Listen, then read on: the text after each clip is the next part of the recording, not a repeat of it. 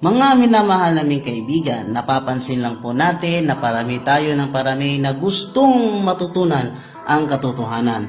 Pero bago natin simulan ang programang ito, pakiclick muna ang subscribe button at huwag kalimutang i-like, i-share ang Facebook page natin sa Punto por Punto.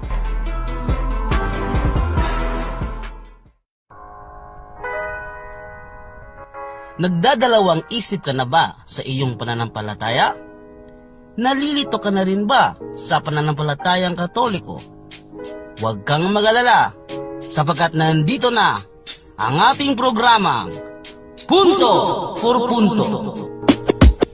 Ang programang ito ay sadyang inihanda namin para sa inyo upang masagot ang mga batikos sa pananampalatayang Katoliko. Punto por Punto.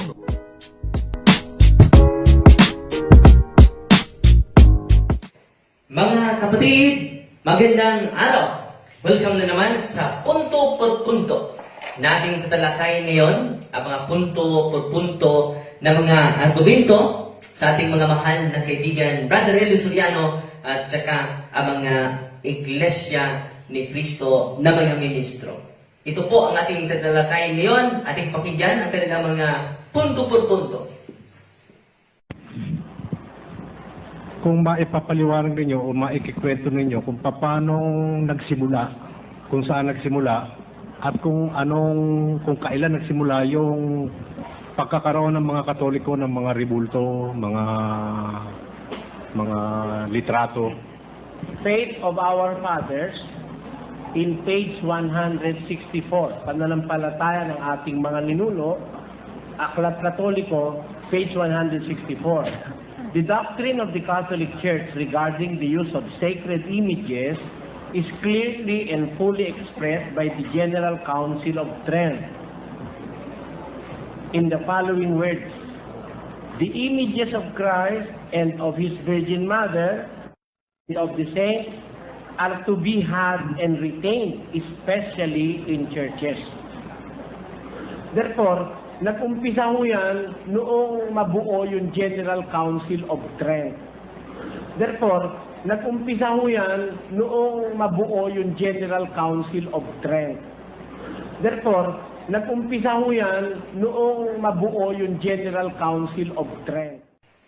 So ating napakinggan at napanood ang kanilang video, mga kaibigan. Sabi niya, nagsimula lang daw sa Council of Trent ang mga sagradong larawan. Totoo po ba yun? No?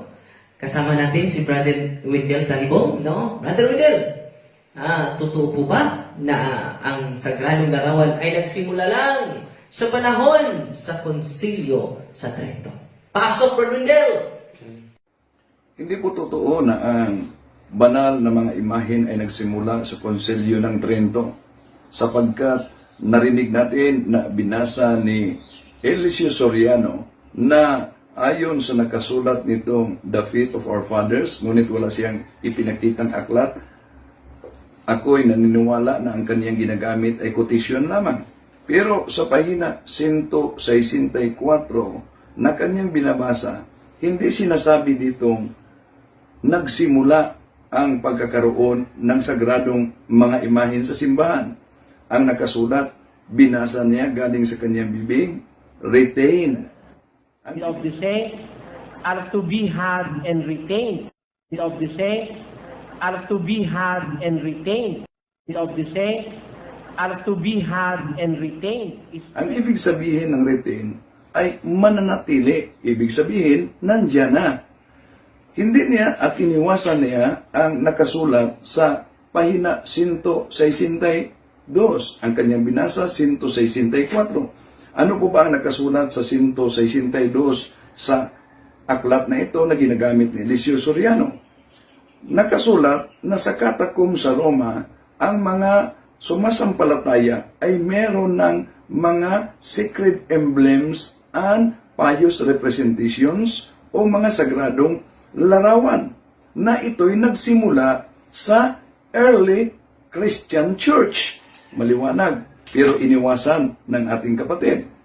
At kung sa Biblia tayo, Maliwanag naman ang sabi sa Biblia sa Ezekiel Kapitulo 41, versikulo 17, na ang templo ng Diyos ay mayroong mga banal na imahen. Mabasa natin sa Ezekiel 41:17 hanggang 22. Kaya, yung sinabi niya na nagsimula sa konselyo ng Trento ay walang katotohanan. Ating narinig si Brother Wendell at napatunayan niya, hindi pala totoo ang sinabi ni Brother Eli Soriano. No? So ginagamit na niya ang page 164. Mabuti na lang, no? Binabasa ni Brother Wendell at babasahin din natin ulit. Ang sabi ni Brother Wendell, no, na napatunayan niya na ang sacred images pala, no, ay kahit sa Old Testament, sa templo ng Diyos, meron palang mga sacred images na inuukit. Mga kaibigan, bakit kaya hindi ito ginagamit ni Brother Eli Soriano? Nagtataka lang tayo, no? Ang loob naman ng templo ay balot ng tablang kasintaas ng pinto at may ukit na larawan ng palmera at kerubin. Tiwalik mga anghel, Brother Jano.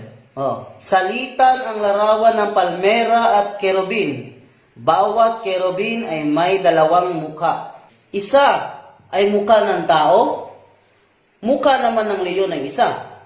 Ang mga ito'y magkatalikod at parehong nakatingin sa puno ng palmera. Ganito ang larawang nakaukit sa lahat ng dingding ng templo. Kasi taas ng pinto ang mga tablang may nakaukit na larawan ng kerubin at puno ng palmera. Iniukit ito sa lahat ng dingding sa templo ng Diyos. So, sabi ni Brother Wendell, salamat Brother Wendell, pinatunayan ni Brother Wendell na kahit sa Old Testament pala, meron na mga sacred images. So, hindi yung totoo.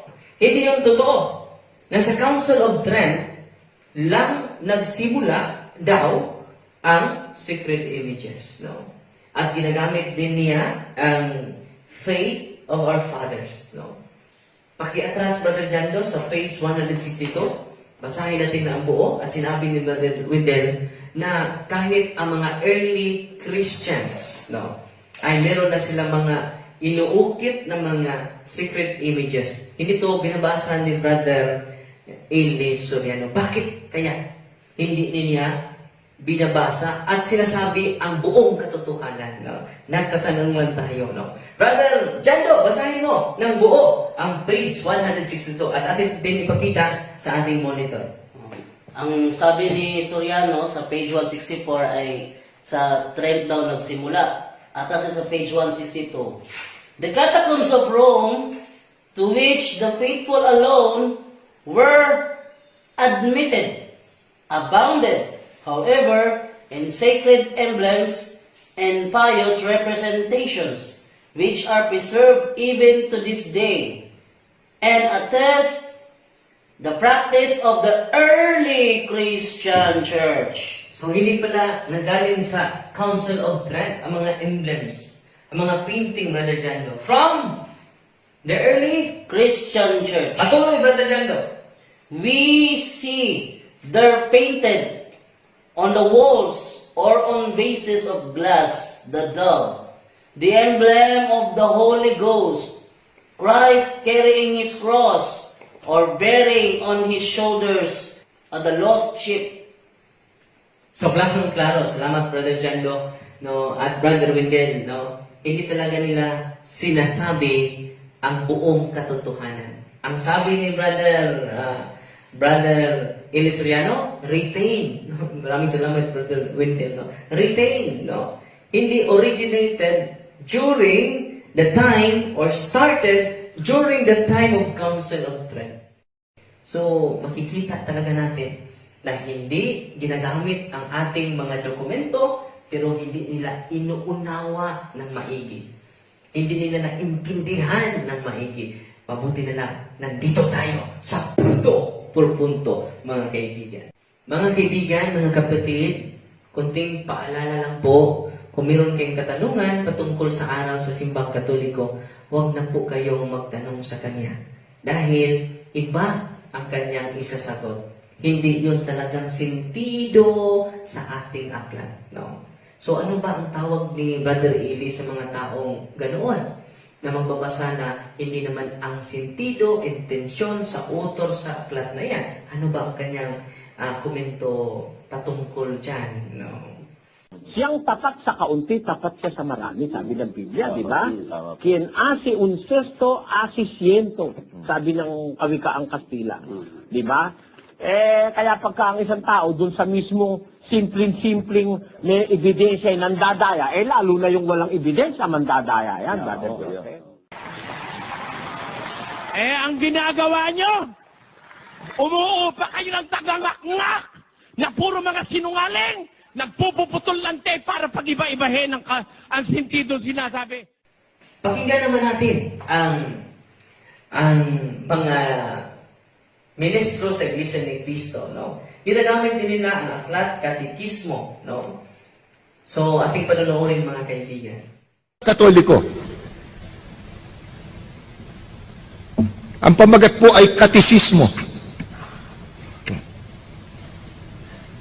Ito po ay tinagalog ng paring si Luis de Amezquita. Pakinggan po ninyo ang kanyang sinasabi dito sa pahina 79, pagkatapos po at 82. Pagbangon mo sa banig, sabi, natutulog ka. Gusto kasi banig noon no? Ngayon, hindi na yata uso banig Pagbangon mo sa banig, agad kang manikluhod sa harap ng isang krus o isang mahal na larawan. Bakit daw? Ituloy natin. Kung maninikluhod ka sa tapat ng altar, magwika ka ng ganito, sinasamba kita. Hindi po kami may sabi. Dito po sa aklat na isinulat ng pare, ang utos, pagbangon mo sa banig, ni hindi ka pa daw nakapaghihilamos o nakapagmumumog. Agad ka na daw manikluhod sa isang larawan o sa isang krus. At pagka nakaluhod ka, ang sabi ng pare, sabihin mo, sinasamba kita. So, ginagamit nila ang katekismo. Ating pinagpakita, Brother Chando.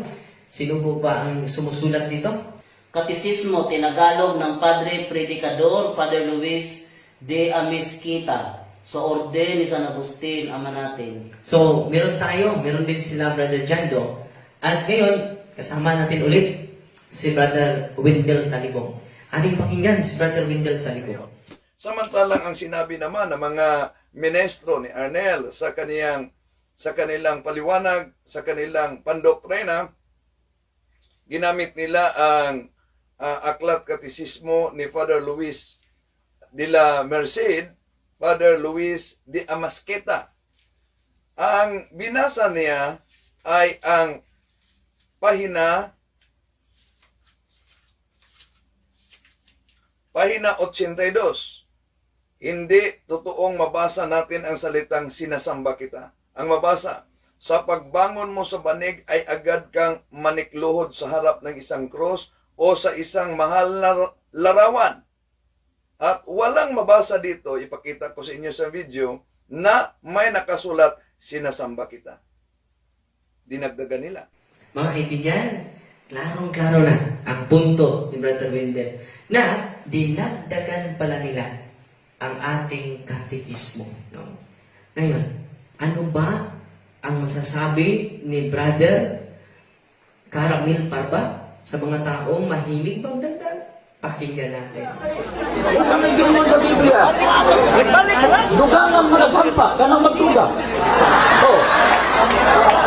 Dadagdagan, hahampasin ang isang sagot yun. Ito naman tayo sa pangatlong referensyang ginagamit nila. Catechism of Christian Doctrine. Sabi nila, panoodin natin. Hindi lang yan. Ito po, isang aklat katoliko. Catechism of Christian Doctrine. Nilathala po ng De La Salle College. Alam natin, ang De La Salle College sa isang paaralang katoliko. No? Catechism of Christian Doctrine, babasahin ko po ayon na sa pagkakaliwat sa ating wika sa pahina 95 po. Ito po ay tanong-sagot. Number 13, ang pagsamba ba sa mga santo ay ukol lamang sa kanilang katauhan? Sagot, hindi. Sumasaklaw din ito sa kanilang mga relikya at mga larawan. 14, anong tinatawag nating mga relikya? Tinatawag nating mga relikya, una, ang mga labi ng katawan ng isang santo na pinapaging banal o inihanda sa pagiging banal ng iglesia. Iglesia Katolika yon. Ikalawa, ang mga bagay na naging pag-aari ng mga santo o yaong napadaiti sa kanilang mga katawan, tulad ng kanilang kasuotan, mga ataol at iba pa. 15, dapat ba nating sambahin ang mga banal na larawan? Sagot, dapat tayong magkaroon, lalo na sa ating mga simbahan, ang mga larawan ng ating Panginoon, tulad din ng sa pinagpalang birhen at mga santo, at dapat nating silang bigyan ng kaukulang paggalang at pagsamba. So mga kaibigan, ating na pakinggan ang video sa ating mga kaibigan, no? So, ano ba ang kahulugan sa kanilang binabasa? Ito po, dahil tayo po ang authority sa ating aklat, hindi po sila, no?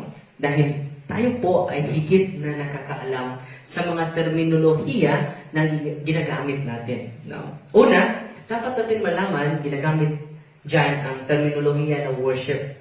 Pero, tandaan ninyo, hindi natin masasabi agad na it is a violation on God. No? Bakit? Babasahin muna natin ang Salmo 99:5. Ito ang nakasulat, mga kapatid. Ibunyin ninyo ang Panginoon nating Diyos at magsisamba kayo sa harap ng kanyang tungtungan. Siya'y banal. So, klaro-klaro mga kaibigan, inyong narinig, inyong napakinggan, mismo si Propeta David na ang nagsasabi na sambahin ninyo, no? Magsisamba kayo. So, magsisamba kayo. Sabi ni Propeta David, magsisamba kayo sa harap ng kanyang tungtungan. Ginagamit din ni Propeta David na terminolohiya ang worship, no? So, bakit ba sinasamba nila ang tungtungan ng Diyos?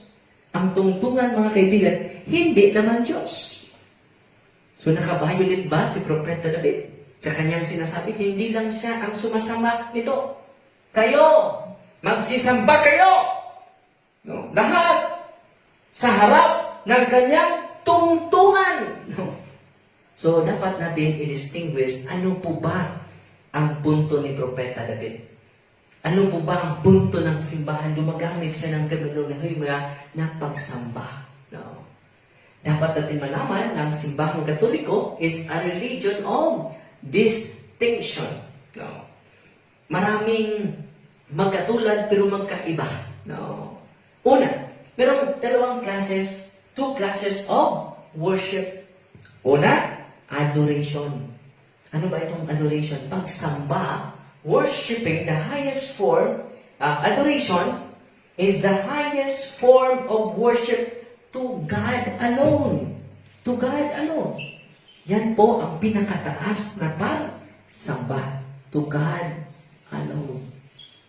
No? Pangalawa, na klase sa pagsamba is veneration. Ano po ba yun? To show respect and honor to sacred objects or sacred images. It is called veneration. No. So yan po ang ginagamit ni Propeta David. No? Sinasamba. Kayo, anong sinabi Brother Jado? Magsisamba kayo sa harap ng kanyang tungtungan. So klaro. Magsisamba kayo sa harap ng kanyang tungtungan. No? So ang tungtungan hindi naman Diyos. Bakit ba sinasamba nila ito?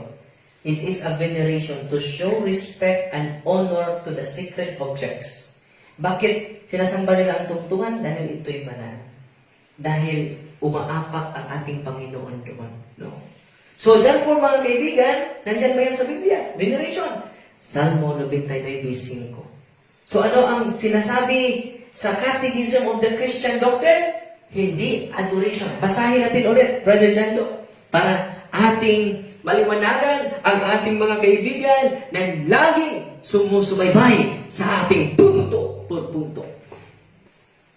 Number 15. Ought we to worship holy images? We should have, particularly in our churches, images of our Lord, as also of the Blessed Virgin and the saints, and we should pay them the honor and veneration. So, ginagamit mga kaibigan, nakita ninyo? Aming pinakita sa ating monitor, ang ginagamit mga kaibigan is veneration. So, ikalawang klase sa worship, hindi adoration. Katulad sa ginawa ni Propeta David sa Salmo 99:5. Kapag sasabihin nila, nagkamali po tayo, unang nagkamali si Propeta David. So yan po ang punto por punto natin ngayon at sana abangan nyo kami ulit sa ating next episode. Maraming salamat and may God bless us all. Amen! Maraming salamat sa pagtangkilik ninyo sa ating programang Punto por Punto. Hanggang sa susunod, maraming salamat po.